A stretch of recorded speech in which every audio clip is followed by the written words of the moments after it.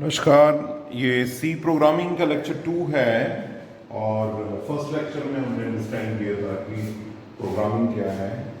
तो सी प्रोग्रामिंग के बारे में जानते हैं कि सी क्या है। और लास्ट लेक्चर में हमने अंडरस्टैंड किया था कि प्रोसीजर ओरिएंटेड लैंग्वेज है। ये बात करें कि डेवलप कब हुई, तो इस वीडियो में आपको थोड़ा सा बता दूं, इस वीडियो में हम 11 पॉइंट्स को डिस्कस करने वाले हैं और इस वीडियो का एंड तक देखिए because it is very important किस पॉइंट से बोल रहा हूं मैं, क्योंकि आपको पता है कि किसी भी बड़े स्ट्रक्चर का जो बेस है वो स्ट्रांग होना चाहिए। जैसे हम घर बनाते हैं ना, तो उसकी जो नींव है वो स्ट्रांग होनी चाहिए, तभी वो घर बड़ा बनता है। यदि आप स्टार्टिंग से इस चीज को अंडरस्टैंड करते हो तो यहीं से डिफाइन हो जाएगा कि आप प्रोग्रामिंग को कितने अच्छे तरीके से समझेंगे। तो ये जो 11 पॉइंट्स है वन बाय वन डिस्कस करेंगे। एक छोटी सी वीडियो है, ज़्यादा बड़ी नहीं है ये, तो इसको बड़े ध्यान से देखिए। इसमें बड़े ही इंपॉर्टेंट कॉन्सेप्ट्स डिस्कस होंगे। Every word is important what I will explain in this video, so watch this video till the end. Okay, तो फर्स्ट पॉइंट को देखते हैं अबाउट सी। सी को देखते हैं, सी के बारे में क्या है। सी एक प्रोग्रामिंग लैंग्वेज है। क्या है ये? कंप्यूटर प्रोग्रामिंग लैंग्वेज है। और ये किस तरह की है? ये प्रोसीजर ओरिएंटेड प्रोग्रामिंग है। बच्चों इसको थोड़ा सा डिटेल में बाद में अंडरस्टैंड करेंगे कि प्रोसीजर ओरिएंटेड है, क्योंकि इस लेक्चर से वाइड हो जाएगा नहीं तो ये। और ये कब डेवलप हुई? 1972। और किसने की? जिसको कि नाम दिया जाता है, the name of that software engineer, the mathematician, that is a Dennis Ritchie, RITCHE। ये किस लिए की गई थी? एक और इंपॉर्टेंट बात, ये ऑपरेटिंग सिस्टम जिसकी वजह से कंप्यूटर चलता है उसको बनाने के लिए की गई थी। और जो ऑपरेटिंग सिस्टम बना थे यूनिक्स ऑपरेटिंग सिस्टम।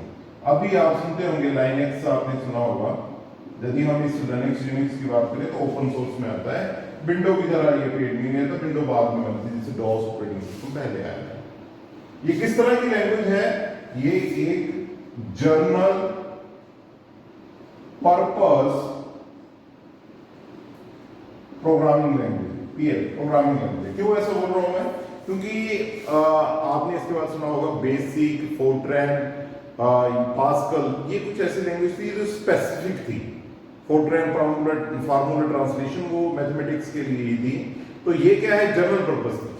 अब क्वेश्चन ये आ जाता है, why do we called it as a mother of all the languages? Okay, mother किसको कहा जाता है? मदर बोलता कौन है? जो बच्चे होते हैं, जो जिन्होंने उनको पैदा किया उसको मदर कहते हैं। जिसके साथ आपकी वो अटैचमेंट्स होती हैं उसको मदर कहते हैं। एक वर्ड यूज करते हैं। तो इस लैंग्वेज में क्या है जिसके कारण कि इसको mother of all the languages हम कहते हैं? तो ये भी एक इंपॉर्टेंट कंसेप्ट है। इसका कारण क्या है कि इसके बाद जितनी भी अभी तक जो टॉप की लैंग्वेजेस चल रही हैं वो किससे ड्राइव हुई हैं? सी लैंग्वेज से। मैं बात कर रहा हूं जावा की। बच्चों जितने भी मोबाइल एप्स बनती हैं सारे के सारे जो रोल सबसे ज्यादा है वो जावा का है। PHP, दुनिया भर में जितनी भी वेबसाइट्स बन रही हैं उसके लिए जो ओपन प्लेटफॉर्म है वो क्या है? PHP। और जो फ्रंट एंड में जितनी भी वेबसाइट, जितनी भी मोबाइल एप्स हैं उसके लिए जो लैंग्वेज यूज होती है दैट इज ए जावास्क्रिप्ट। और इवन C++, ये सारे की सारी किससे ड्राइव हुई हैं? All these are derived from the C language. That's why it is called the mother of all the languages. इसका जो basic structure है that is used in all the languages. इसकी functionality limited है, but इनकी functionality इनकी जो uses है बहुत ही ज़्यादा है, जिससे कि large complex software develop हो सकते हैं। अब next पॉइंट है middle level language. Middle level का मतलब हमें अच्छी तरह पता है कि low level language है, एक high level language है। लो लेवल लैंग्वेज है वो कंप्यूटर अच्छी तरह अंडरस्टैंड करता है, इसको मशीन लैंग्वेज कहते हैं। हाई लेवल लैंग्वेज है जिसको ह्यूमन अंडरस्टैंड करते हैं, वो किस लैंग्वेज में होता है? ये होता है 0101 बाइनरी में। ये क्या है? English like language. तो एक ऐसी लैंग्वेज जो कि इंग्लिश में लिखी जाती है पर लो लेवल की मेमोरी को यूज करती है, that language is the C C language. हम यहाँ पे हल्की सी आपको कंफ्यूजन होगी कि मैं क्या बोल रहा हूँ मेमोरी से रिलेटेड। तो बात सुनिए कि सी का जो स्ट्रक्चर है, जो सी की जो फैसिलिटी है, जिसको हम डायनेमिक मेमोरी एलोकेशन, काफी एंड में आएगा ये टॉपिक, तो इसकी हेल्प से हम कंप्यूटर के हार्डवेयर को, मेमोरी को एक्सेस कर सकते हैं, जो कि ये वाला पार्ट है। और ये लिखी किससे जाती है? हाई लेवल लैंग्वेज में। तो ऑब्वियसली एक ऐसी चीज जो कि लोअर और हाई के बीच में है, तो उसको क्या बोलेंगे हम? That is A middle level language. तो इसको क्या कहते हैं हम? That is also called a middle level language का डायनेमिक मेमोरी एलोकेशन, यानी मेमोरी को एक्सेस करने के कारण ही ये फैसिलिटी है। जब एक और बात कह सकते हैं, एडवांस में बोल रहा हूं कि सी में पॉइंटर्स होते हैं, सी में पॉइंटर्स होते हैं। तो सी में पॉइंटर की वजह से क्या है? It is able to access the memory. अब नेक्स्ट को देखिए क्या है। अब बात समझिए कि बच्चों ये प्रोग्राम क्या होता है, स्टेटमेंट क्या होती है, उसके बाद उसको रन कैसे करते हैं, एग्जीक्यूट कैसे करते हैं। सिंपल यदि मैं स्टेटमेंट की बात करूं तो it is a instruction to the computer, instruction to computer. Okay, statement जैसे वो बोलूं, इंग्लिश लाइक स्टेटमेंट एक बोलता हूं, I am writing a code. एक स्टेटमेंट बोल रहा हूं, क्या बोल रहा हूं? I am writing code, C language code. ये बच्चों किसमें लिखा गया है? इसके लिए लैंग्वेज कौन सी है? लैंग्वेज कौन सी है? इंग्लिश। और क्या यहां पर है? इसका पर्टिकुलर एक सिंटैक्स है। सिंटैक्स का मतलब इसका एक पर्टिकुलर ग्रामर है, और उसके बाद इसका एक सिमेंटिक है। बात समझना है, ये सिंटैक्स और सिमेंटिक है। सिंटैक्स का मतलब कि ग्रामर के जो हेल्पिंग वर्ब है प्रॉपर लगे हुए हैं। ऐसे नहीं लिख रहा हूं आई कोड ए राइटिंग एम, उल्टा सीधा नहीं लिख सकता इसको। तो वो कौन सी एरर आई? जो कौन सी वो मिस्टेक होगी? वो सिंटैक्स, जिसको कहते हैं ग्रामर। तो ग्रामेटिकली ये बिल्कुल क्या है? ओके है। अब अंडरस्टैंड करिए सिमेंटिक क्या होता है। सिमेंटिक, अब मैं कहता हूं I am eating A car, I am eating A car. Car जो होती है वो खाने के लिए तो नहीं है। I am eating A car, इसमें आई एम ईटिंग कार। क्या कोई ग्रामेटिकल एरर है इसमें? क्या कोई ग्रामेटिकल एरर है इसमें? नहीं है। बट ये बिहेवियरल नहीं है, कोई काम नहीं कर सकता है। सिमिलरली सिमेंटिक को अंडरस्टैंड करिए कि जो भी सी प्रोग्रामिंग में कोड लिखा जाता है उसका एक पर्टिकुलर रूल होते हैं, उसको सिंटैक्स कहते हैं। और जो वो स्टेटमेंट होती है वो बिहेवियरल होनी चाहिए। बिहेवियरल मतलब वो एग्जीक्यूट होनी चाहिए। एग्जांपल के तौर पे आपको बताता हूं कि यहां पर जैसे एक वेरिएबल लिख रहा हूं मैं, फ्लोट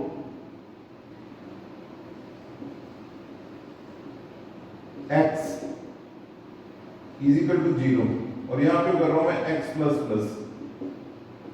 एडवांस में बता रहा हूं, तो बाद में आएगा जब आप समझ जाएंगे। तो ये x फ्लोट वैल्यू जो कि डेसिमल्स को स्टोर करता है, x प्लस प्लस जो ऑपरेटर है ये इंटीजर के लिए, तो उसको क्या कर सकते हैं? नहीं कर सकते हैं। यानी कि लिखने में वो बिल्कुल सही है, और बट एग्जीक्यूशन में वो सही नहीं है। This is called a semantic. तो मैं आपको इंग्लिश से कंपेयर करके आपको बता रहा हूं, स्टेप बाय स्टेप इसको आप अंडरस्टैंड करेंगे कि ये सिंटैक्स क्या होता है या सिमेंटिक क्या होती है। अब मैं बात कर रहा था स्टेटमेंट की। स्टेटमेंट जो भी लिखनी है वो सिंटैक्स उसका सही होने चाहिए, उसकी सिमेंटिक अप्रोच जो है वो बिल्कुल सही होनी चाहिए।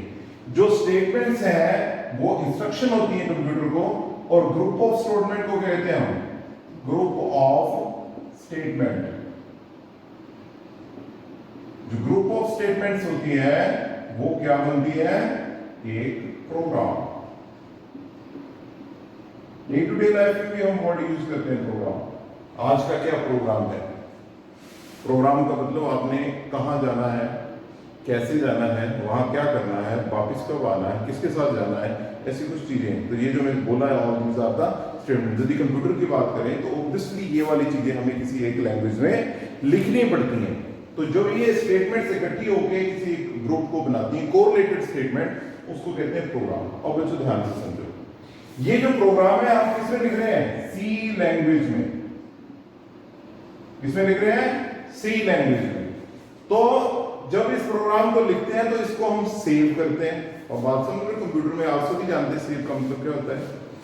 MS Word, Excel, PowerPoint, जो फाइलों को आप सेव करते हो, फॉर एग्जांपल आपके मोबाइल में कोई गाना है जो आप कोई वीडियो रिकॉर्ड कर रहे हो, वीडियो का मतलब ये भी वीडियो रिकॉर्ड हो रही है, तो ये जो फाइल बन रही है वो कौन सी बन रही है?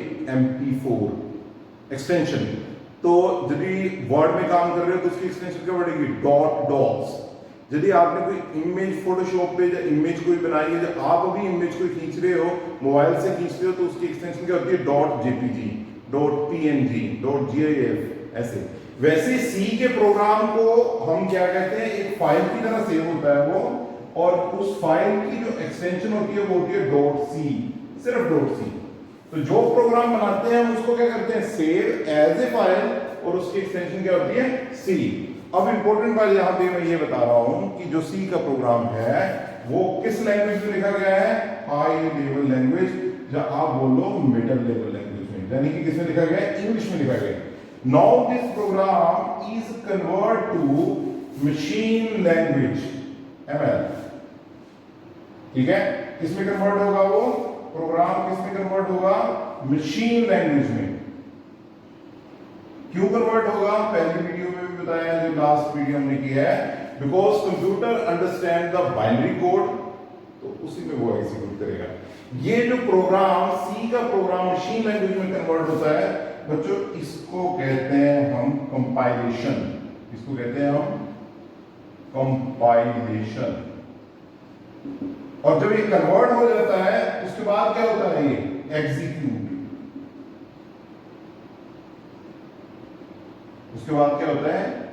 एग्जीक्यूट। तो हमारे पास क्या आ जाती है? हमारे पास एक पर्टिकुलर आउटपुट आ जाती है एग्जीक्यूट होने के बाद। तो यदि आप डेस्कटॉप पे कर रहे हैं तो इसके लिए जो कमांड होती है वो होती है ALT+F9, और इसके लिए होती है CTRL+F9। ये शॉर्टकट कीज होती हैं, जैसे जैसे करते जाओगे तो इसको रिमेंबर कर लीजिए, अपने आप ही समझ आएगा। स्टार्टिंग में से नोट करना है। पर आपको पता है कि इसके बाद, क्योंकि कोविड-19 आप सभी घर में हो, तो पॉसिबिलिटी नहीं है कि आप कॉलेज या लैब या कंप्यूटर पे बैठो। जिनके पास कंप्यूटर या लैपटॉप है वो वैसे कर सकते हैं, जिनके पास नहीं है तो हमारे पास मोबाइल की ऐप है, उसमें आपको कंपाइल कुछ भी करना पड़ेगा, उसमें रन करना पड़ता है, वो ऑटोमेटिकली दोनों काम करता है, कंपाइल भी करता है, रन भी करता है। ओके, तो ये किसके बारे में था? प्रोग्राम, कंपाइल और एग्जीक्यूट। कोई भी सी का प्रोग्राम जब बनाते हैं तो उसको कन्वर्ट करते हैं हम मशीन लैंग्वेज में, फिर उसको रन करते हैं। जब कन्वर्ट करते हैं high level to the low level, जब मशीन लैंग्वेज, उसको कंपाइलेशन कहते हैं, और जब उसको रन करते हैं तो उसको हम एग्जीक्यूट कहते हैं। ठीक है, अब बात आती है कैरेक्टर सेट की और कीवर्ड्स की। कैरेक्टर सेट देखो क्या है, और मैं कंपेयर अगेन करता हूं कि मेरे पास इंग्लिश लैंग्वेज है, मेरे पास क्या है? इंग्लिश लैंग्वेज है, जो आपने अंडरस्टैंड की हुई है। इंग्लिश लैंग्वेज को लिखने के लिए कितने सिंबल्स की जरूरत पड़ती है? कितने सिंबल की जरूरत पड़ती है? जितने अल्फाबेट है। कितने अल्फाबेट है? 26। कितने अल्फाबेट है? 26 पर 26 और 52। कैसे? ए से लेके जेड तक और ए से लेके जेड तक 52। अंडरस्टैंड करिए, ये जो सिंबल्स की मैं जिसको बोल रहा हूं, इसकी शेप अलग है, इसकी शेप अलग है। तो सी प्रोग्रामिंग जब प्रोग्रामिंग अप्रोच होती है, दोनों को डिफरेंट कंसीडर करती है, कैपिटल को अलग, इसको अलग। ओके, वैसे इंग्लिश लैंग्वेज में सिंबल कितने यूज होते हैं? 52, 26 एंड 26। अब मैं बात करता हूं, यदि सी में आपने कोई भी कोड लिखना है तो उसके लिए कैरेक्टर सेट क्या है? उसको कहते हैं कैरेक्टर सेट। यानी कि कैरेक्टर सेट की डेफिनेशन को बोले, it is the collection of all the symbols used for writing the code। तो इसमें अल्फाबेट भी आएंगे, नंबर्स भी आएंगे, स्पेशल कैरेक्टर्स भी आएंगे, जैसे A to Z, small a to Z, फिर 0 से लेके 9 तक, फिर ये ब्रैकेट्स, फिर दूसरी brackets, curly brackets, plus minus, division, multiply, caret sign, sign of exclamation, ऐसे कई सिंबल हैं जो कि यूज होते हैं, question mark, semicolon, colon, all the symbol which is used for writing the code is called the character set. इसके अलावा भी कुछ ऐसे वर्ड होते हैं जिनको हम यूज नहीं कर सकते। फिर इंग्लिश पे आते हैं। इंग्लिश में कोई ऐसे वर्ड हैं जिनको हम नॉन की फॉर्म में नहीं कर सकते। कई ऐसे वर्ड होते हैं जो रिजर्व्ड वर्ड होते हैं, उसको यूज नहीं कर सकते। जैसे मैंगो है, तो इज इट पॉसिबल कि किसी का नाम भी मैंगो? डिपेंड। बट कुछ वर्ड है उसको कहते हैं। तो कीवर्ड क्या हुआ?